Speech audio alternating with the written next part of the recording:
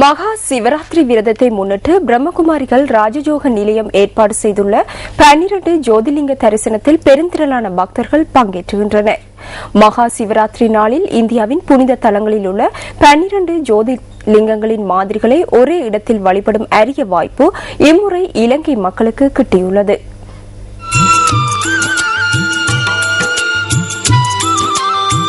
கடந்த 8ஆம் தேதி ஆரம்பமான ஜோதிலிங்க தரிசனமும் கண்காட்சியும் நாளை மறுதினம் வரை நடைபெறவுள்ளது.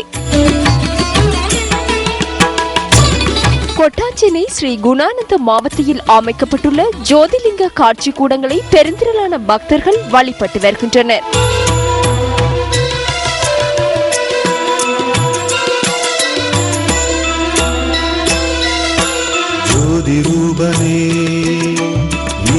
இறைவனே பாவம் போக்கிடும்.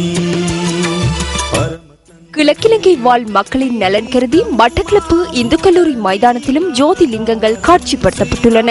நாளைய தினம் இந்து பாடசாலைகளுக்கு விடுமுறை வழங்கப்பட்டுள்ள நிலையில் மாணவர்கள் நாளை மாலை வரை இந்த வழிபாட்டில் கலந்து கொள்வதற்கான சந்தர்ப்பம் கிடைத்துள்ளது.